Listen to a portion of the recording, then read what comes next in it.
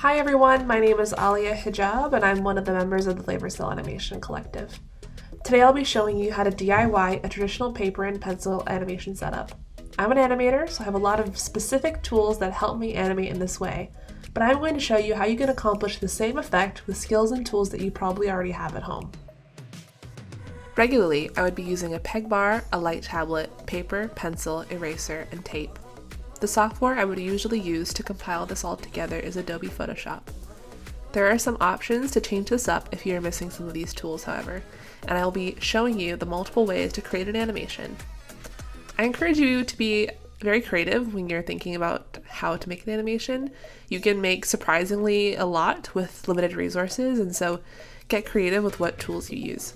There's always a solution that will work for you and your needs. You just have to find it. A peg bar is an animation tool used by paper animators to hold papers in place as you draw. It allows you to easily flip back and forth between pages and hold everything in place. You can also use this when you're scanning your drawings to keep the paper in a consistent place. If you don't have a peg bar, I recommend using alligator clips and tape them in place. This will do the same job as the peg bar.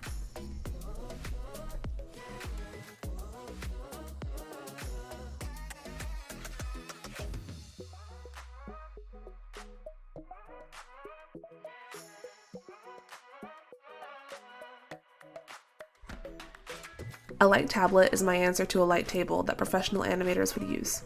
You need a surface that you can shine light behind in order to see multiple layers of paper. You need to see multiple layers because it makes drawing and animating easier when you can see the previous drawing as you're drawing your current one.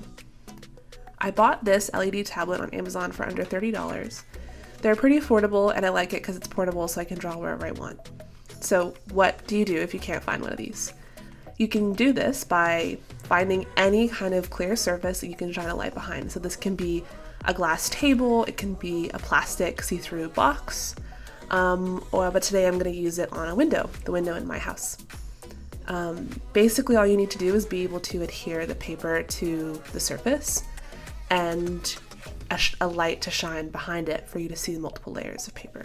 You can use pencils or colored pencils, basically anything you can erase if you've made a mistake. If you want to use other kinds of tools for coloring and drawing, I would recommend using the pencil first and then going it over later with a pen or paint, just so that you can have a fine line, but you can also have the animation underneath it. Straight ahead animation is a method in which you draw your first frame or drawing, and you have an idea of the moment that you would like, and you just keep adding drawings one by one until you arrive at the moment that you wanted. This technique is consistently flipping of pages to make sure that you have an idea of what the movement looks like and what's happening, kind of like a flip book. So the flipping of the pages you'll see me do is kind of an attempt for me to do a quick little trick of the eye to see how the movement would happen. It's hard to explain without actually doing it yourself, but it is the same idea as a flip book. Animation is all about tricking the eye, right? It's an illusion. And so you want to maintain that illusion throughout your animation. So as long as it looks like it's moving and there's nothing jagged or weird happening, then you've got yourself an animation. Straight ahead is a really simple method. It does involve a lot of intuition. It does involve a lot of checking and rechecking, and you might have to, erase things or add frames here and there to make things more seamless. But it's essentially just going full steam ahead, no real planning, and arriving at a finished product.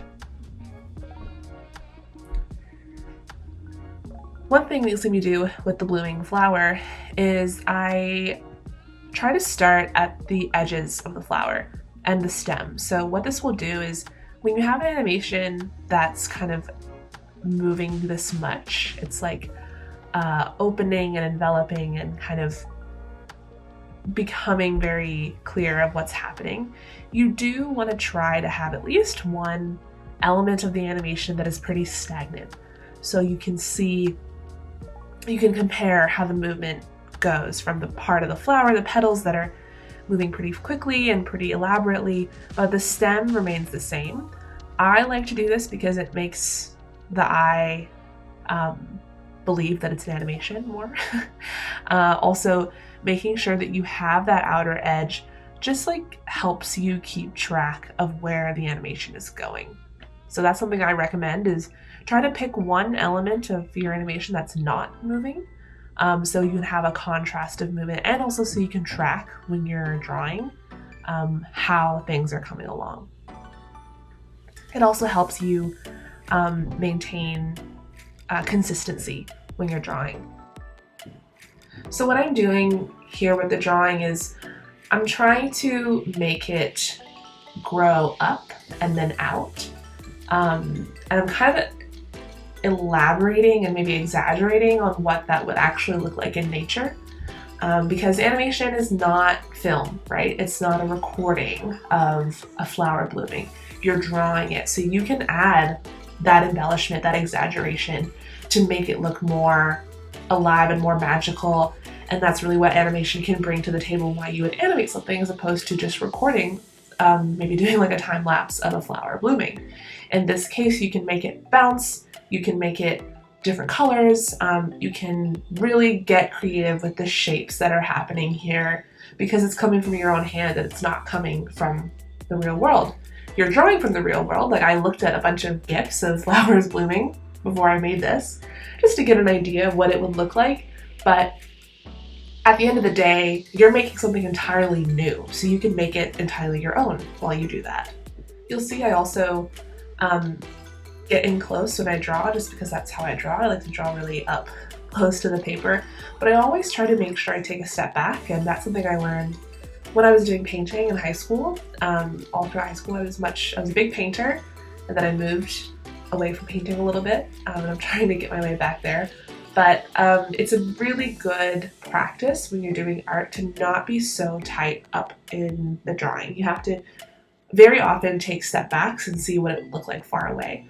That also kind of helps you understand what it'll look like on a screen, which is really important for animation. Most of the time people will see, the whole picture as opposed to just one little petal that you've been working on for the past couple minutes, So it's really important to be always taking a step back, flip through it, kind of have a look at it, see what you think. Animation is a really engaging process. It does involve a lot of brain power because you're constantly trying to think about motion, and your next step and the step before it, and like where you sit on that space. And so that can be really challenging, but it's also a really fun process, I think. So as I'm nearing the end of the flower, this whole time it's been very constricted and kind of round, like the petals are rounded, and that's kind of, it's really tight as the flower is opening. And so as I come to the end, I want to make sure that it's relaxed a bit. So as you can see around the edges, I'm kind of bringing those folds out a bit, a little bit of these kind of pointier edges, just to make it look like the flower has kind of relaxed into its open shape, as opposed to being very, very tight up into the bud. The last thing I'm going to do is do a little boil. So I like to do this because it is a contrast to the previous animation. What is a boil, you may ask? A boil is essentially drawing. It's an animation with no movement, which is kind of hard to describe. But what it's doing is that I'm taking my final frame, my final movement frame, and I'm drawing over those lines exactly 2 more times. So I have 3 drawings that are pretty much exactly the same drawing. What happens is when I put that into the final animation, while there's actually no movement happening, there's just a slight shimmer or like a wiggle, because it's really impossible to draw the exact same line over and over again. So the human hand, the artist's hand, adds a bit of a wiggle or a shimmer, and it makes it jump a little bit. It makes it look more alive than if you had just have one image that you like extend and play for a long period of time. I just like it. It's a style thing. You don't have to do it, but it is kind of nice when you're doing natural shapes like a flower, because it's kind of, it mimics the way a flower might be like shimmering in the wind a little bit or swaying, and it kind of gives it that life that might not be there if you had just have one drawing. Okay, so now that you've made your animation, there's a lot of different ways that you can bring that to make a movie or a GIF. I think it's really important to try to find ways to make animations very cheaply or free. And so for our DIY version of compiling, I'm going to use an app called Stop Motion. It's a free app that you can download on Apple products. I don't know about Android, but I'm sure there's something similar. And so if you open Stop Motion, it's an app that is used for stop motion animation, but it can really help you if you're just trying to do a really quick capture of your animation. What you can do is you can go New Movie, you can line up your drawings, you can click on the little camera icon and just start taking pictures of your drawings one by one. I recommend using the little scrolly bar on the left side to try to see the previous animation that you did, just so you can line them up really well. And you just kind of go to town and start taking pictures of them. It's a really great and easy way to do this. It takes a little bit to try to line them up perfectly, but also it doesn't have to be that perfect. It's a really great software, and I've used it quite a bit. So once you've taken pictures of all of your animations, all you have to do is click Select in the top right screen, click the stop motion movie that you've made, and press this little share button. And you can export it as a movie, as a GIF, anything like that. I'm going to do it as a movie today. And you should just be able to save it to your phone or your tablet or iPad or whatever, and click Save Video. And there you have it. We made animations. I hope this video was helpful and maybe inspired you to make some simple animations at home. It really isn't as scary and as complicated as it might seem. You don't have to make the next Pixar or Disney, but if it's a drawing and it moves, then you've made an animation, and that's something to be really proud of. So thanks for tuning in. Hope you enjoyed it. Bye bye.